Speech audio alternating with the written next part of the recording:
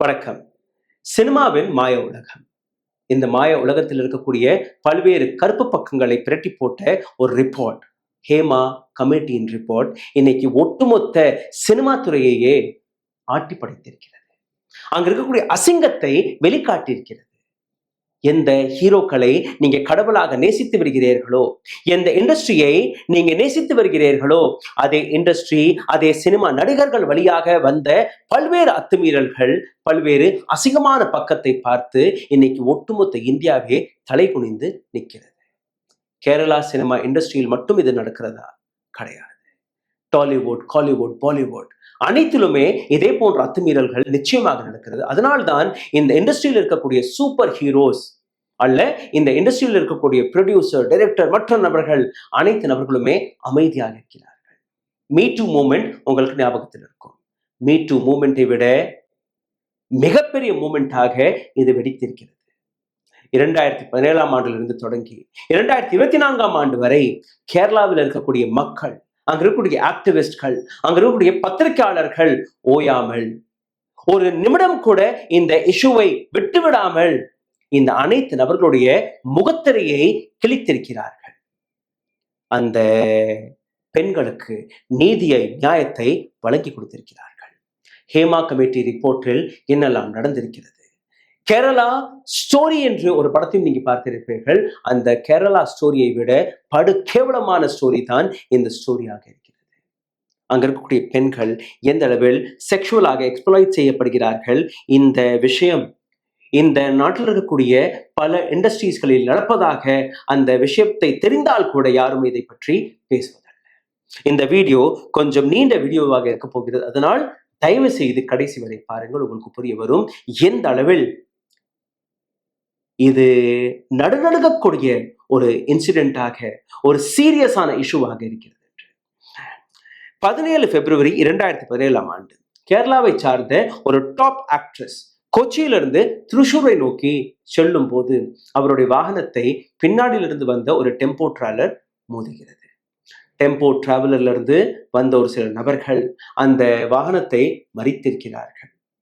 உள்ள அமர்ந்திருந்த ஆக்ட்ரஸ் மற்றும் அவருடைய டிரைவர், இவர்களெல்லாம் நினைத்தது இது கார் ஜாக்கிங், ஏதோ பணத்திற்கு ஆசைப்பட்டு ஒரு சில நபர்கள் எங்களை முடக்கி இருக்கிறார்கள் என்று. ஆனால் திடீர் என்று அந்த கார் கதவை திறந்து 4-5 நபர்கள் அந்த காருக்குள் அத்துமீறி நுழைந்திருக்கிறார்கள். இந்த ஆக்ட்ரஸுடன் தவறாக நடந்து கொண்டிருக்கும் போது அந்த ஆக்ட்ரஸ் அந்த 4-5 நபர்களிடமிருந்து ஒரு நபருடைய முகத்தை கண்டுபிடித்து விடுகிறார், அடையாளம் கண்டுபிடித்து விடுகிறார். அந்த நபர் மாஸ்க் போட்டிருந்தார். சுனி, இது நீதானே என்று கேட்டபோது அந்த நபர் தன்னுடைய மாஸ்கை இறக்கி ஆமாம் நான் தான் என்று கூறியிருக்கிறார். என்ன பண்ற நீ, ஏன் இந்த மாதிரி நீ நடந்துக்கிற என்று கேட்கும் போது, உன்னை பற்றின கொட்டேஷன் எங்களுக்கு கிடைத்திருக்கிறது. கேரளா இண்டஸ்ட்ரியில் நீங்க பார்த்தீர்கள், கொட்டேஷன் என்றால் பணத்திற்கு ஒரு நபரை கொலை செய்வதாக அல்ல மற்ற ஏதாவது ஒரு தவறான விஷயத்திற்காக, பணத்திற்காக இந்த நபர்கள் போன்ற வேலைகளை பார்ப்பார்கள். கொட்டேஷன், கூலிப்படை. உனக்கு எதிராக எங்களுக்கு கொட்டேஷன் கிடைத்திருக்கிறது. இண்டஸ்ட்ரியில் இருக்கக்கூடிய ஒரு டாப் நபர் இந்த பொறுப்பை, இந்த வேலையை எங்களுக்கு கொடுத்திருக்கிறார். என்ன செய்ய போறீர்கள்? யார் அந்த நபர் என்று கேட்டபோது அதற்கு சுனி என்கிற நபர் கொடுத்த பதில், அந்த நபருடைய பெயரை மட்டும் நான் கூற மாட்டேன், ஆனால் உன்னை கற்பழிக்கும் போது அந்த படத்தை வீடியோவாக படம் பிடிக்க கூறி எங்களுக்கு அந்த பணம் கொடுக்கப்பட்டிருக்கிறது. இது நாங்கள் செய்ய போகிறோம். கேங் ரேப் நடந்திருக்கிறது. கேங் ரேப் நடக்கும்போது ஒவ்வொருத்தராக அந்த வீடியோவை படம் பிடித்திருக்கிறார்கள். எந்த அளவில் துயரமான சம்பவம் என்று சிந்தித்து பாருங்கள். ஆனால் அந்த பெண்மணி தொடர்ந்து தன்னுடைய நீதிக்காக, தன்னுடைய நியாயத்திற்காக போராடி வந்தார். அவருடன் ஒட்டுமொத்த கேரளா மக்கள் நின்றார்கள். அதனால்தான் இன்னைக்கு இந்த ஹேமா கமிட்டியின் ரிப்போர்ட்டும் வெளியாகி இருக்கிறது. கொச்சி கேரளாவின் ஒரு மிக முக்கியமான நகரம். கொச்சியில் ஒரு டாப் ஹீரோயினுடன் நடந்த இந்த சம்பவத்தை அங்க இருக்கக்கூடிய மக்கள் அதை சாதாரணமாக விட்டுவிக்கவில்லை. மக்கள் வீதியில் வந்தார்கள். அந்த பிரஷர் அரசாங்கத்தின் மீது போனது, அந்த பிரஷர் சினிமா இண்டஸ்ட்ரி மீது போனது. அதில் ஒரு சில அரசியல் கட்சிகளும் தன்னுடைய அரசியல் லாபத்திற்காக களமிறங்கினார்கள். ஆனால் இது ஹைஜாக் செய்யப்படக்கூடாது. இது அரசியல் இஷ்யூவாக மாற்றப்படக்கூடாது என்கிற விஷயத்தில் அவர்கள் மிக தெளிவாக இருந்தார்கள். பெண்ணிற்கு நீதி நியாயம் கிடைக்க வேண்டும் என்கிற ஒரே ஒரு நோக்கம் மட்டும்தான். பிப்ரவரி 2017 இந்த ஸ்டோரியை எந்த அளவில் ஒட்டுமொத்த உலகம் பார்க்கவில்லையோ அதை இன்னைக்கு நீங்க பார்க்க போறீர்கள்.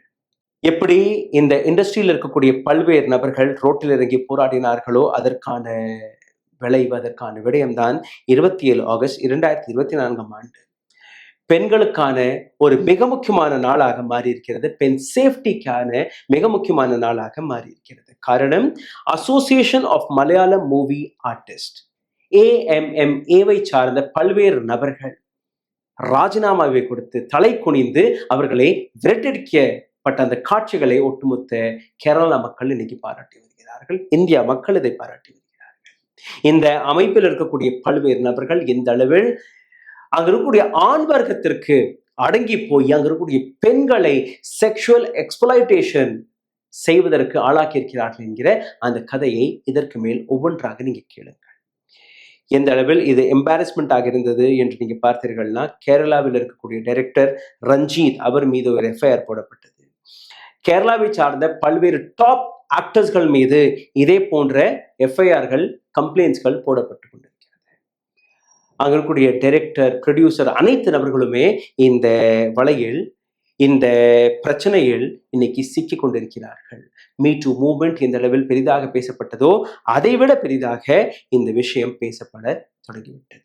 தமிழ்நாட்டில் பல்வேறு நபர்கள் இதை பற்றி படித்திருக்க மாட்டீர்கள். ஆனால் இந்த பதிவின் மூலமாக கேரளாவில் நடந்த பல்வேறு விஷயங்களை உங்களால் உணர முடியும், புரிய முடியும். மலையாளம் இண்டஸ்ட்ரியை பற்றி நீங்க பார்த்தீர்கள்னா, மிக ப்ராக்ரெசிவான படங்களை, மிக சேலஞ்சிங்கான படங்களை இந்த இண்டஸ்ட்ரி கொடுத்திருக்கிறது. ஆனால் இந்த இண்டஸ்ட்ரியில இருக்கக்கூடிய ஒட்டுமொத்த கண்ட்ரோலே ஒரு 10-15 ஆண்கள் கையில், பவர்ஃபுல் மென்கள் கையில் தான் இருக்கிறது. அங்க இருக்கக்கூடிய பெண்கள் எந்த லெவல் எக்ஸ்ப்ளாய்ட் செய்யப்படுகிறார்கள் என்று நீங்க பார்த்தீர்கள்னா, 2017 நடந்த அந்த அசால்ட் கேஸ், இப்போ நான் எடுத்துக்காட்டிய இந்த கேஸை பற்றி தான் இந்த ஒட்டுமொத்த ஹேமா கமிட்டியே ஃபார்ம் செய்யப்பட்டது. Malayalam film industry, Kerala society, இந்த அனைத்து நபர்களுமே சேர்ந்து இந்த எக்ஸ்போஷரை செய்திருக்கிறார்கள். ஹாலிவுட், டாலிவுட், பாலிவுட், காலிவுட் அனைத்து நபர்களுமே ஏன் அமைதியாக இருக்கிறார்கள் என்று அதையும் நீங்க இந்த பதிவில் புரிந்து கொண்டிருக்கிறீர்கள். 2017 ஆக்டர் திலீப் அசால்ட் கேஸ், இது என்ன அதை நீங்க பார்க்க போறீர்கள். Who are women in cinema collective, WCC Women in Cinema Collective என்கிற இந்த அமைப்பு என்ன? What is the Hema committee report says? Hema கமிட்டியின் இந்த ரிப்போர்ட்டில் என்னெல்லாம் எடுத்து வைக்கப்பட்டது? Should other industry also be investigated? எப்படி மாலிவுட் இன்வெஸ்டிகேட் செய்யப்பட்டதோ அதே போன்று டாலிவுட், பாலிவுட், காலிவுட்டையும் இதே போன்ற இன்வெஸ்டிகேஷன் நடக்க வேண்டுமா என்கிற இந்த கேள்வியை நீங்க பாருங்கள். ஒவ்வொன்றாக உங்களுக்கு புரிய வரும். 17 பிப்ரவரி 2017 எந்த அசால்ட் நடந்ததோ அதற்கு பின்பு எந்த அளவில் மக்களுடைய அந்த புரட்சி வெடித்தது, அவுட்ரேஜ் நடந்ததோ, அதிலிருந்து வெளிவந்த பிரஷர், அதிலிருந்து வெளிவந்த கவர்மெண்ட் மீது வந்த அந்த பிரஷர், கவர்மெண்ட் பல்வேறு நபர்களை கைது செய்தது மட்டுமல்லாமல் இந்த வழக்கு விசாரணையும் பப்ளிக்கு மத்தியில் நடக்க வேண்டும் என்கிற அந்த கோரிக்கையை ஏற்றுக்கொள்ளாமல் விட்டார்கள். 2017 நடந்த இந்த அசால்ட்டிற்கு பின்பு உடனடியாக 6 நபர்கள் கைது செய்யப்பட்டார்கள். இந்த 6 நபர்கள் கொடுத்த தகவல், திலீப் மாலிவுட்ல இருக்கக்கூடிய ஒரு மிக அறிந்த இந்த முகம், இவர்தான் இந்த அசால்ட்டிற்கான மாஸ்டர் பிளான், மாஸ்டர் மைண்டாக அவர்கள் எடுத்து வைத்தார்கள். இதற்கு பின்பு பல்வேறு விசாரணைகள் நடந்தது. விசாரணையில் தெரிய வந்த விஷயம், திலீபன் தான் உண்மையான குற்றவாளி. அந்த ரேப்பை யார் செய்தார் என்கிற அந்த கேள்வியை தாண்டி அதை தூண்டிவிட்ட நபர், அதற்கு பணத்தை கொடுத்த நபர் யார் என்றால் திலீப் என்கிற இந்த சோ கால்ட் சூப்பர் ஸ்டார். உடனடியாக இந்த நபரை கைதும் செய்தார்கள். திலீபனுடைய இமேஜை நீங்க பார்த்தீர்கள்னா, மம்முட்டி, மோகன்லாலை தாண்டி இவருடைய பாப்புலாரிட்டி இருக்கிறது. திலீபனுடைய இன்னொரு பக்கத்தை நீங்க பார்த்தீர்கள்னா, kingpin of Kerala cinema இண்டஸ்ட்ரியாக பார்க்கிறார்கள். அதாவது 1992 தன்னுடைய கரியரை தொடங்கிய இந்த நபர். ஃபேமிலி ஃப்ரெண்ட்லி என்டர்டெயின்மெண்ட் போன்ற படங்களை எடுத்த இந்த நபருடைய படங்களில் நீங்க பார்த்தீர்கள்னா ரேப் ஜோக்காக பார்க்கப்பட்டது. பல்வேறு இடங்களில் இவருடைய படங்களிலேயே ரேப்பை ஒரு கிண்டல் அடிக்கும்படி எடுத்துக்காட்டிய அந்த காட்சிகளும் இருக்கிறது. வருடம் 2000 இந்த நபருக்கு சூப்பர் ஸ்டார் ஸ்டேட்டஸ் கிடைக்கிறது. அதிலிருந்து திலீபனுடைய அந்த பிஸ்னஸ் எம்பையரும் தொடங்கியது. Direction, production, distribution, theatre ownership, real estate போன்ற பல்வேறு இடங்களில் திலீபன் காலடி பதிக்கிறார். இந்த தருணத்தில் தான் திலீபன் மீது முதல் புகார் எழும்புகிறது. டைரக்டர் துளசிதாஸ் இந்த நபர் மீது ஒரு கம்ப்ளைண்ட் எடுத்து வைக்கிறார். மலையாளம் சினி டெக்னீஷியன் அசோசியேஷனில் போய் 2008 இந்த கம்ப்ளைண்ட் கொடுக்கப்படுகிறது. திலீபன் என்னிடம் பணத்தை வாங்கியிருக்கிறார், ஆனால் பணத்தை வாங்கியதற்கு பின்பு என்னுடைய படத்தில் நடிக்க மாட்டேன் என்று கூறியிருக்கிறார், பணத்தையும் திருப்பி கொடுக்கவில்லை என்று. இந்த விஷயத்தை நிச்சயமாக திலீபன் ஒரு சாதாரணமாக பேச்சுவார்த்தை மூலமாக இதை சரிபார்த்திருக்க முடியுமானால் திலீபன் கையில் இருக்கக்கூடிய பவர் பணத்தை வைத்து எப்படியாவது இந்த சிச்சுவேஷனை பிரட்டி போட வேண்டும் என்கிற அந்த நோக்கத்துடன் இவரே மீதம் இருக்கக்கூடிய ப்ரொடியூசர் டைரக்டர், பவர்ஃபுல்லான ப்ரொடியூசர் டைரக்டரை ஒன்றிணைத்து இவர் தனக்கான ஒரு அமைப்பை தொடக்குகிறார். Film employees federation of Kerala, இதுதான் இந்த புதிய அசோசியேஷன். இந்த அசோசியேஷன் ஃபார்ம் ஆனதற்கு பின்பு பழைய அசோசியேஷன் வீக் ஆகிறது. டைரக்டர் துளசிதாஸிற்கு எந்த விதமான வேலையும் கிடைக்கவில்லை. அதாவது திலீபனை பகைத்து கொண்டு யாருமே எந்த விதமான வேலையும் பார்க்க முடியாது என்கிற ஒரு பிம்பம் கிரியேட் ஆகிறது. இந்த இடத்தில் தான் ஆக்ட்ரஸ் காயத்ரி உண்மையான பேர் கிடையாது, அசால்ட் செய்யப்பட்ட அந்த பெண்ணுடைய ஒரு டமி பேராக தான் நாங்கள் காயத்ரி என்று எடுத்து வைத்திருக்கிறோம். திலீபனுடன் பல்வேறு படங்களில் நடித்த இந்த பெண்ணும் திலீபனும் ஒரு நெருக்கமான நல்ல நண்பராகவும் ஒரு காலகட்டத்தில் இருந்திருக்கிறார்கள். 2010 திலீபன் மற்றும் அவருடைய குழுவினர்கள் அமெரிக்கா சென்றிருக்கிறார்கள் ஒரு சில ப்ரமோஷன்களுக்காக. அந்த இடத்தில் தான் காவ்யா என்கிற ஒரு பெண்ணுடன் திலீபனுக்கு தொடர்பு ஏற்பட்டிருக்கிறது, ஒரு எக்ஸ்ட்ரா மேரிட்டல் அஃபேர். இந்த விஷயம் திலீபனுடைய மனைவியான மஞ்சு வாரியருக்கு 2012 தெரிகிறது. 2010 யுஎஸ்எல் என்னெல்லாம் நடந்ததோ அதை பற்றி மஞ்சு வாரியர் இந்த பெண்ணிடம் போய் கேட்டு தெரிஞ்சிருக்கிறார். இந்த பெண்ணும் அங்க நடந்த அனைத்து விஷயத்தையுமே வெளிப்படையாக எடுத்து காட்டியிருக்கிறார். மஞ்சு வாரியருக்கும் திலீபனுக்கும் 1998 திருமணம் நடந்துவிட்டது. கிட்டத்தட்ட ஒரு 12 வருடம் கழித்து திலீபன் தன்னுடைய மனைவியை சீட் செய்யும் போது அந்த பெண்ணால் அதை பொறுத்து கொள்ள முடியவில்லை. அதற்கு பின்புதான் இந்த ஒட்டுமொத்த கதையை அவர்களுக்கு தெரிகிறது. காயத்ரி, அதாவது இந்த அசால்ட் செய்யப்பட்ட பெண்ணிற்கும் திலீபனுக்கும் ஒரு மிகப்பெரிய போர் வெடிக்கிறது. எப்படி நீ என்னுடைய மனைவியிடம் இதெல்லாம் போய் கூறலாம் என்று. அதற்கு அந்த பெண் கூறிய வார்த்தை, உன்னுடைய மனைவி தான் என்னிடம் இதை கேட்டார், என்னால் பொய் பேச முடியவில்லை, நீ என்னுடைய ஃப்ரெண்ட் என்று கூறும்போது அதற்கு பின்பு திலீபன் தொடர்ந்து அந்த பெண்ணை தாக்க முயற்சிக்கிறார். இது மட்டுமல்ல, அந்த பெண்ணிற்கு எந்த விதமான வேலையும் கிடைக்கவில்லை. காயத்ரியுடைய இந்த அசால்ட்டுக்கு பின்பு காயத்ரி அங்க இருக்கக்கூடிய சினிமா இண்டஸ்ட்ரியில் போய் கம்ப்ளைண்ட்டும் கொடுத்திருக்கிறது. அதாவது திலீபனால் எனக்கு எந்த விதமான வேலையும் கிடைக்கவில்லை என்று. 2017 திலீபனுக்கு ஒரு செய்தி போய் கிடைக்கிறது. காயத்ரியுடைய என்கேஜ்மெண்ட்.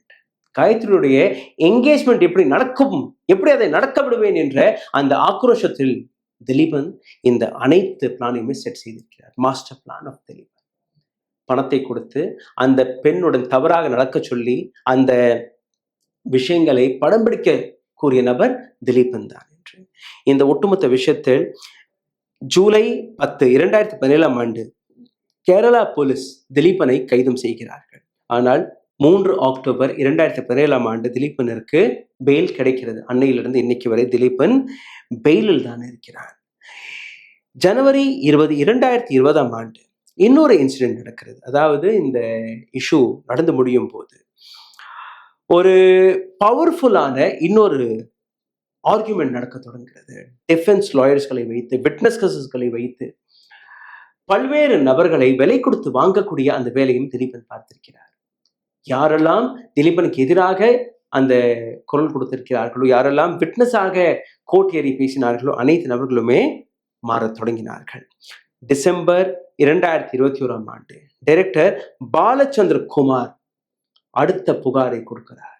அதாவது டைரக்டர் பாலச்சந்திர குமார் நவம்பர் 2017ஆம் ஆண்டு திலீபன் வீட்டுக்கு ஒரு கதை சொல்ல போயிருந்த போது அந்த நேரத்தில் காயத்ரியுடைய அந்த அசால்ட் வீடியோவை திலீபன் மற்ற நண்பர்களுடன் டெலிவிஷனில் போட்டு பார்த்து கொண்டிருந்திருக்கிறார், சந்தோஷப்பட்டு கொண்டிருந்திருக்கிறார்.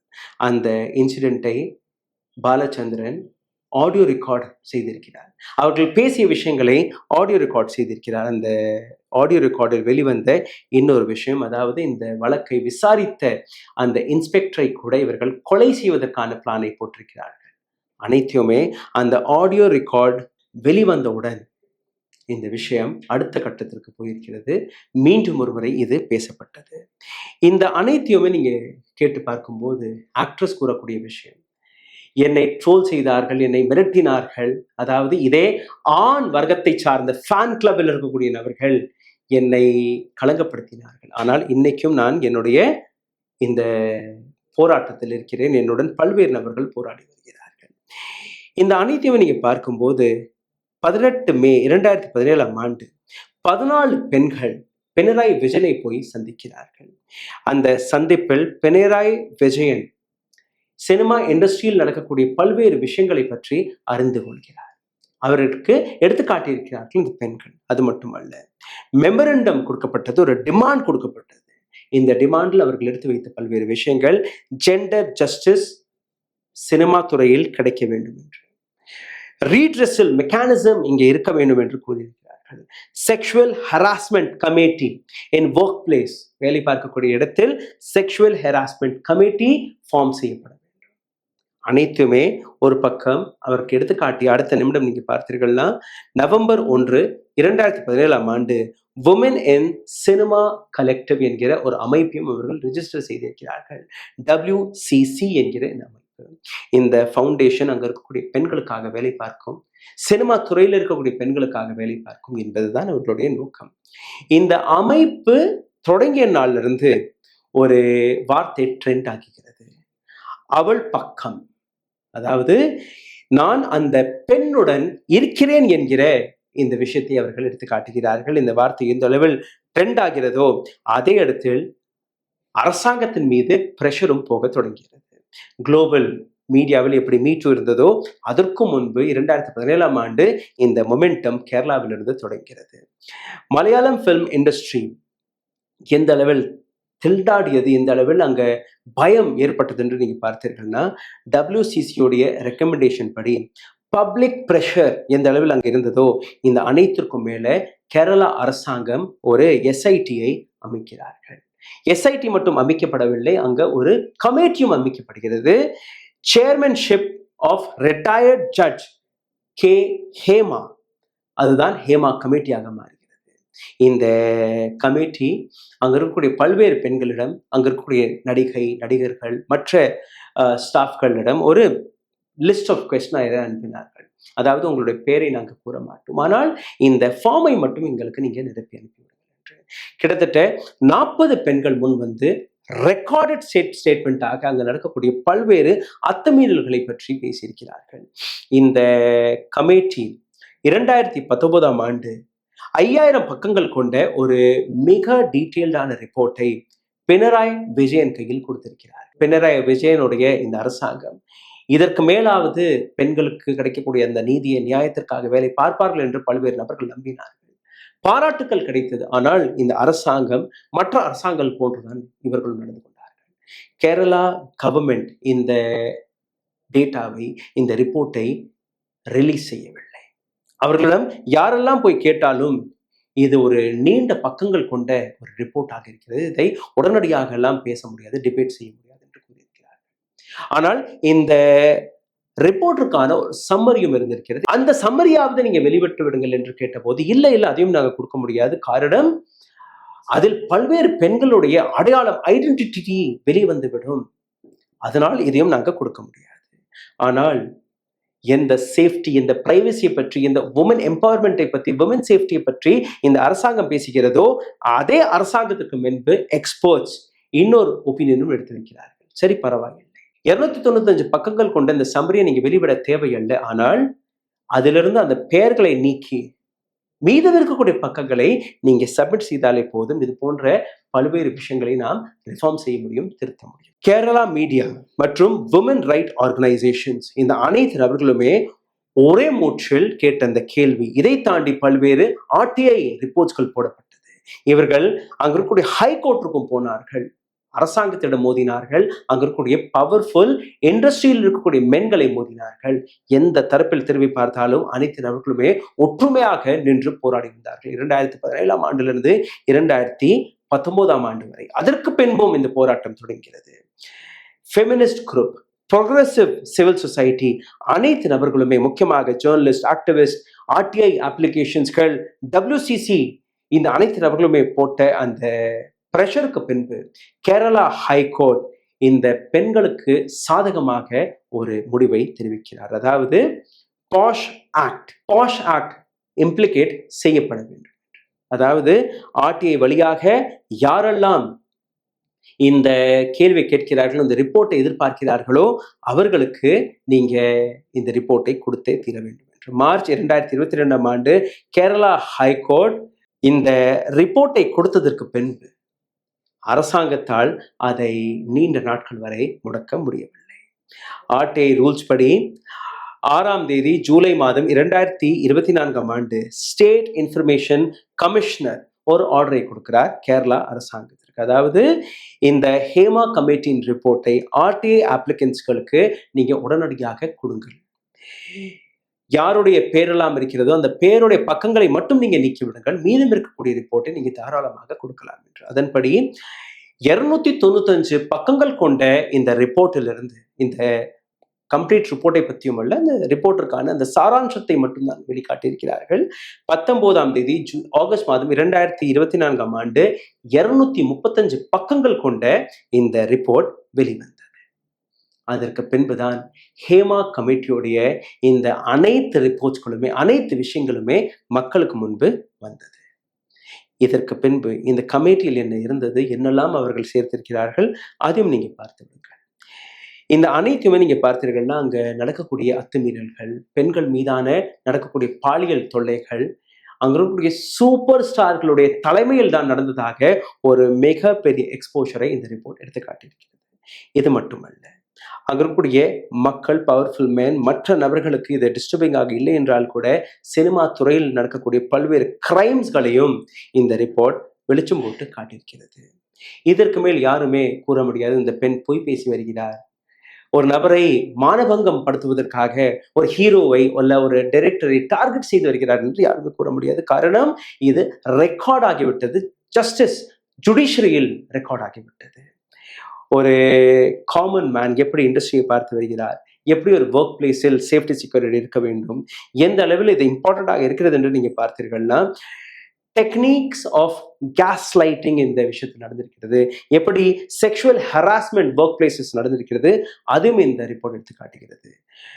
இந்த ரிப்போர்ட்டில் இருக்கக்கூடிய ஒரு சில விஷயங்கள் நீங்க பார்த்தீர்கள்னா, பவர்ஃபுல் மாஃபியா, ஆக்டர்ஸ்கள், பிக் ஆக்டர்ஸ்கள், ப்ரொடியூசர்ஸ்கள், டைரக்டர்ஸ்கள் எப்படி அங்கே இருக்கக்கூடிய பெண்கள், அதாவது மலையாளம் இண்டஸ்ட்ரியில் இருக்கக்கூடிய பெண்களை செக்ஷுவலாக அசால்ட் செய்தார்கள் நீங்க பார்த்தீர்கள். இந்த அனைத்து நபர்களுமே திலீபனுடைய அசோசியேட்டாக இருந்திருக்கிறார்கள்.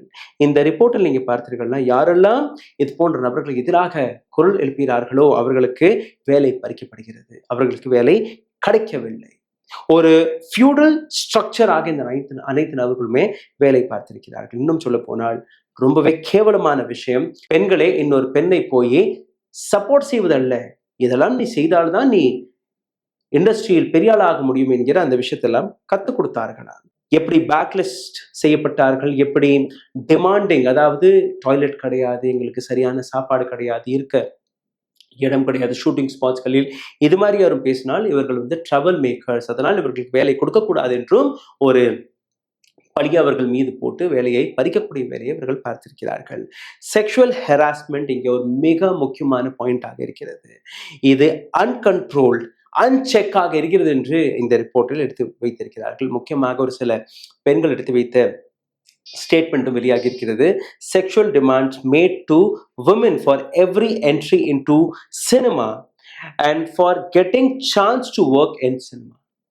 ஒரு சிறிய ரோலிற்காக அந்த செக்ஷுவல் ஃபேவர் கொடுத்தால் மட்டும்தான் ரோல் கிடைக்கும்.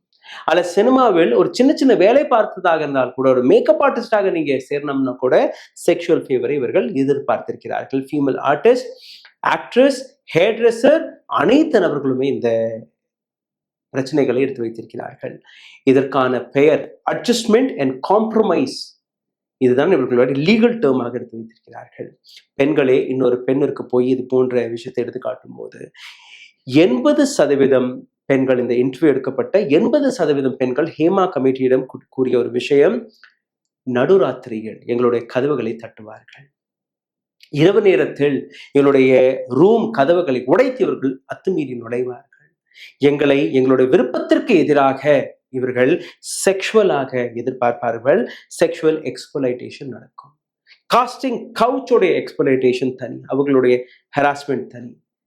இது போன்ற நடிகர், ப்ரொடியூசர், டைரக்டர் இவர்களுடைய அத்துமீறல்கள் தனி. இது எல்லாமே இந்த ரிப்போர்ட்டில் இருக்கிறது.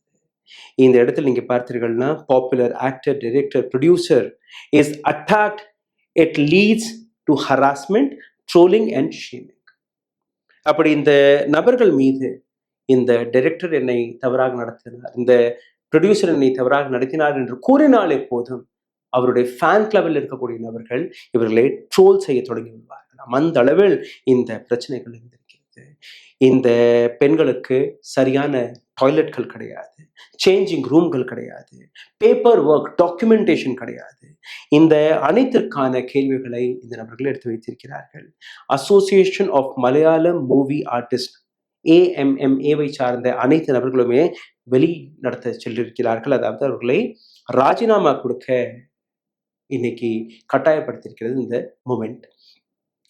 இது மட்டுமல்ல, ரிப்போர்ட்டை நீங்க சரியாக நீங்க பார்த்தீர்கள்னா, அரசாங்கம் பல்வேறு விஷயங்களை தட்டி கழிக்கக்கூடிய வேலையை பார்த்திருக்கிறது. அதாவது இந்த ரிப்போர்ட்டை நாங்கள் படித்துக் கொண்டிருக்கிறோம், இப்போ நாங்கள் இதன் மீது எந்த விதமான ஆக்ஷன் எடுக்க முடியாது, இல்லை இப்போ நாங்கள் அந்த வயநாட்டில் நடந்த இன்சிடென்ட்டை நாங்கள் பார்த்து கொண்டிருக்கிறோம், அதற்கான ஃபண்ட் கலெக்ஷனில் நாங்கள் பிஸியாக இருக்கிறோம் என்றும் கூறியிருந்திருக்கிறார்கள். அதாவது AMMA சார்ந்தவர்கள், அசோசியேஷன் ஆஃப் மலையாளம் மூவி ஆர்டிஸ்டை சார்ந்த நபர்கள், இந்த அமைப்பை சார்ந்தவர்கள். பவர்ஃபுல் லாபி எந்த அளவில் இருந்தது என்று நீங்க பார்த்தீர்கள். இந்த மாஃபியாக்களை பற்றின எந்த விதமான ஆக்ஷன் நாங்கள் எடுக்க மாட்டோம் என்று கூறியிருக்கிறார்கள். இந்த இடத்தில் தான் ஆக்டர், ப்ரொடியூசர் சித்திக் மீது ஒரு யங் ஆர்டிஸ்ட் ஒரு குற்றச்சாட்டு எடுத்து வைத்திருக்கிறார். இந்த நபர் என்னை தவறாக பயன்படுத்தினார் என்று. இதே போன்று நீங்க பார்த்தீர்கள்னா, சலச்சித்ரா அகாடமி, கேரளாவின் டாப் ஃபிலிம் அகாடமி, இந்த அகாடமியில் இருக்கக்கூடிய பல்வேறு நபர்கள், அவர்கள் மீதும் இது போன்ற பாலியல் குற்றச்சாட்டுகள் வெளிவர தொடங்கிவிட்டது. இதில் நீங்க பார்த்தீர்கள்னா, director Ranjith, chairman of this particular association, அவர் மீது கம்ப்ளைண்ட் வந்திருக்கிறது. ஆக்டர் பாபுராஜ் மீது கம்ப்ளைண்ட் வந்திருக்கிறது. டைரக்டர் ஸ்ரீகுமார் மீது கம்ப்ளைண்ட் வந்திருக்கிறது. ஆக்டர் முகேஷ் மீது கம்ப்ளைண்ட் வந்திருக்கிறது. 27 ஆகஸ்ட் 2024 ஏஎம்ஓடைய எத்தனை பேர் ரிசைன் செய்தார்களோ அதற்கு மேல கேரளா கவர்மெண்ட் எப்படி இதை ஸ்பெஷல் இன்வெஸ்டிகேஷனுக்கு நாங்கள் மாற்றிவிட்டோம் என்று கூறுகிறார்களோ, இதற்கு பின்பு லாயர்ஸ் குரூப் இது போன்ற பெண்களுக்கு சப்போர்ட் கொடுப்பதாக வெளிவர தொடங்கிவிட்டார்கள். சீஃப் மினிஸ்டர் பினராயி விஜயன் அஷூரன்ஸை கொடுத்திருக்கிறார். அதாவது நாங்கள் ஒரு யாராக இருந்தால் கூட நாங்கள் விட மாட்டோம், இந்த கிரைம் நடந்தது உண்மையாக இருந்தால் அவர்களை நாங்கள் சிறையில் அடைக்கக்கூடிய வேலையை பார்ப்போம். ஆனால் மக்கள் இதை நம்ப தயாராகவில்லை. காரணம், ரஞ்சித் டைரக்டர், இவர் ஒரு CPM சார்ந்த நபர். எப்படி அங்க இருக்கக்கூடிய அரசியல் கட்சிகள் ஒருத்தர் விட்டுக் கொடுக்காமல் இருக்கிறார்கள் நீங்க பார்க்கும்போது, ஆக்டர் முகேஷ் CPM சார்ந்த ஒரு MLA-வாக இருக்கிறார். சரி, இது CPM தானே, BJP எதிர்குரல் கொடுக்குமா இல்லையா? அங்க நீங்க பார்த்தீர்கள்னா, சுரேஷ் கோபி BJP-யின் ஒரே ஒரு MP, 27ஆம் தேதி இவர் அந்த குற்றவாளிகள் யார் இந்த அத்துமீறல்களை செய்திருக்கிறார்களோ அவர்களை, முக்கியமாக MLA முகேஷை காப்பாற்றுவதற்காக அவர் நல்லவர், வல்லவர், அவரை பற்றியெல்லாம் இப்படி நீங்க தவறாக பேசக்கூடாது என்று அவரை காப்பாற்றக்கூடிய வேலையை அவர் பார்த்திருக்கிறார். அப்போ எந்த அரசியல் கட்சியுமே இது போன்ற விஷயங்களை எப்படி பார்க்கிறது என்று நீங்க பாருங்கள். BJP MP trying to save CPM's MLA. Power ஹராட்கி எந்த அளவில் இந்த இண்டஸ்ட்ரியில் இருக்கிறது என்று நீங்க பார்த்தீர்கள்னா, கேரளா மீடியா, முக்கியமாக ப்ரோக்ரெசிவ் அண்ட் இண்டிபெண்டன்ட் மீடியா இந்த விஷயத்தை சரியாக கவர் செய்யவில்லை என்றால், ஹைலைட்டாக எடுத்து வரவில்லை என்றால், இந்த ப்ரெஷரை இந்த லெவல் பில்ட் செய்யவில்லை என்றால், இது போன்ற சோ கால்ட் சூப்பர் ஸ்டார்ஸ்கள் இதற்கு மேலும் பெண்களை தவறாக தான் நடத்துவார்கள். இதில் நீங்க பாருங்கள், actress Parvathy, one of the members of WCC interview கொடுக்கும்போது, she cannot accept that people are calling the industry rotten after the Malayalam industry incident. என்னால் இதை ஏற்றுக்கொள்ளவே முடியாது, மக்கள் சினிமா இண்டஸ்ட்ரி அழுகி போய்விட்டது என்று கூறி வருகிறார்கள். இதை என்னால் ஏற்றுக்கொள்ள முடியாது. According to her, industry is good from within. இந்த இண்டஸ்ட்ரி நன்றாக தான் இயங்கிக் கொண்டிருக்கிறது, அதனால் இதை நீங்க தவறாக பேசாதீர்கள். எந்த இண்டஸ்ட்ரியில் இது போன்ற தவறுகள் நடக்கவில்லை, எந்த பெரிய ஆக்டருடன் இதெல்லாம் நடக்கவில்லை, இது எல்லாமே ஃபிக்ஸ் செய்து விடலாம், அதனால் இதெல்லாம் நீங்க செட்டைப்படுத்தக்கூடாது. இதே இடத்தில் நீங்க பாருங்க, டைரக்டர் ப்ரொடியூசருடைய கன்சர்ன் இல்லாமல் ஒரு ஃபீமேல் ஸ்டாஃபை நீங்க எப்படி தொட முடியும் என்கிற ஒரு கேள்வி வெளிவருகிறது. அதாவது பாலிவுட்ல இருந்து, காலிவுட்ல இருந்து, இங்கிருந்தெல்லாம் இப்போ கேள்விகள் வர தொடங்கிவிட்டது. பெங்காலி ஆக்ட்ரஸ் ரிதாபரி சக்கரவர்த்தி, இவர் டாலிவுட் இண்டஸ்ட்ரி, தெலுங்கு இண்டஸ்ட்ரியை பற்றி ஒரு குற்றச்சாட்டு எடுத்து வைத்திருக்கிறார். செக்ஷுவல் மிஸ்கண்டக்ட் என்னுடன் நடந்திருக்கிறது என்று கூறியிருக்கிறார். வெஸ்ட் பெங்காலின் சீஃப் மினிஸ்டர் மம்தா பானர்ஜி உடனடியாக இந்த விஷயத்தில் களமிறங்கி பெங்காலி ஆக்ட்ரஸ்களுக்காகவும் நீங்க குரல் கொடுக்க வேண்டும் என்று அவர் கூறியிருக்கிறார். பாலிவுட்ல இருந்து ஒரே ஒரு பெண்மணி ஸ்வரா பாஸ்கர் இந்த விஷயத்துக்காக குரல் கொடுத்திருக்கிறார். மீது யாருமே பேசவில்லை. ஹேமா கமிஷன் ரிப்போர்ட்டில் வெளிவந்த விஷயங்கள் இது புதிதல்ல, இந்த இண்டஸ்ட்ரியில் இதெல்லாம் நடப்பது உண்மைதான் என்று கூறியிருக்கிறார். மேல் பிரெடியேட்டர்ஸ் இந்த அளவில் அட்மாஸ்பியரை கிரியேட் செய்கிறார்கள், இதிலிருந்து தப்பவே முடியவில்லை. இதே போன்ற பப்ளிகேஷன் பாலிவுட்டில் இருந்து வந்தால் பல்வேறு அசிங்கம் வெளிவரும் என்று அவர் கூறியிருக்கிறார். கேரளா இண்டஸ்ட்ரியிலிருந்து வெளிவரக்கூடிய இந்த விஷயம் ஒரு வேக்கப் காலாக இருக்கிறது. வேக்கப் கால் இது போன்ற இண்டஸ்ட்ரியில் மட்டுமல்ல, ஸ்போர்ட்ஸ் அத்தாரிட்டியிலும் இருக்க வேண்டும். இது போன்ற விஷயங்கள் வந்தால் பிரிஜ்பூஷன் சரண் சிங், ஹாத்ரஸ், பில்கிஸ் பானுவுடன் நடந்த பல்வேறு விஷயங்கள், ஹாஸ்பிட்டல் நடந்த விஷயம், அல்ல தமிழ்நாடு, கேரளா அனைத்து இடங்களிலும் நடக்கக்கூடிய ஒர்க் பிளேஸில் நடக்கக்கூடிய இந்த அசால்ட்கள் ஒவ்வொன்றாக வெளிவரும். இந்த ரிப்போர்ட்டை மிகவும் ஆழமாக த நியூஸ் மினிட் கவர் செய்து வந்தார்கள். அவர்களுக்கு எங்களுடைய மிகப்பெரிய வணக்கம். பிகாஸ் இந்த விஷயத்தை தொடர்ந்து 2017 ஆண்டிலிருந்தே த நியூஸ் மினிட் ஒவ்வொரு முறையும் அங்கு நடக்கக்கூடிய அப்டேட்ஸ்களை கவர் செய்து வந்தார்கள். இதை நீங்க நிச்சயமாக அவர்களை பாராட்ட வேண்டும்.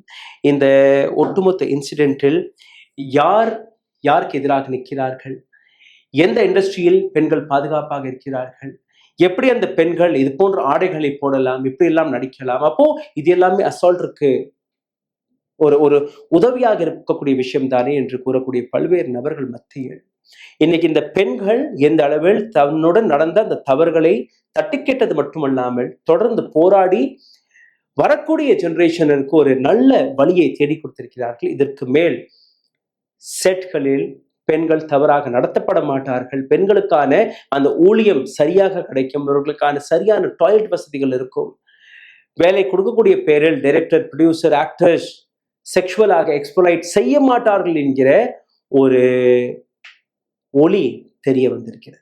இந்த ஒளி மற்ற இண்டஸ்ட்ரீஸ்களுக்கும் போய் சேர வேண்டும். மற்ற இண்டஸ்ட்ரீஸ்களிலும் இதே போன்ற ஒரு கமிஷன் அமைத்து நாடு முழுவதும் இருக்கக்கூடிய பல்வேறு இண்டஸ்ட்ரீஸ்கள், அது சினிமாவாக இருக்கட்டும், அது யூனிவர்சிட்டிஸ்களாக இருக்கட்டும், அல்ல மற்ற விஷயங்களாக இருக்கட்டும், அனைத்து இடங்களிலுமே பெண்களுடைய பாதுகாப்பிற்கு முக்கியத்துவத்தை state government and central government 2 பேருமே கொடுத்தால் மட்டும்தான் இது போன்ற தவறுகளை நம்மளால் கண்ட்ரோல் செய்ய முடியும். எந்த ரேப் விஷயங்களை பற்றி ஒவ்வொரு நாளும் நாம் படித்து பார்த்து வருகிறோமோ அதுவும் குறைய தொடங்கும். நன்றி, வணக்கம். Karim's biryani paradise at Liberty and catering services, கோடம்பாக்கத்தின் அறுசுவை அடையாளம். ஊடகம் கார்ப்பரேட் அரசியல்வாதிகளின் கைப்பாவையாக அடிமைகளாக இருந்தது போதும், இனி சாட்டை எடுத்து சுழற்றும் நேரம் வந்துவிட்டது. ஊடகம் பொதுமக்களாகிய உங்களுக்காக, உங்களாலேயே இயக்கப்பட வேண்டும். ஊடக சுதந்திரத்திற்காக உங்களின் பங்களிப்பை இன்றே அளித்திடுங்கள்.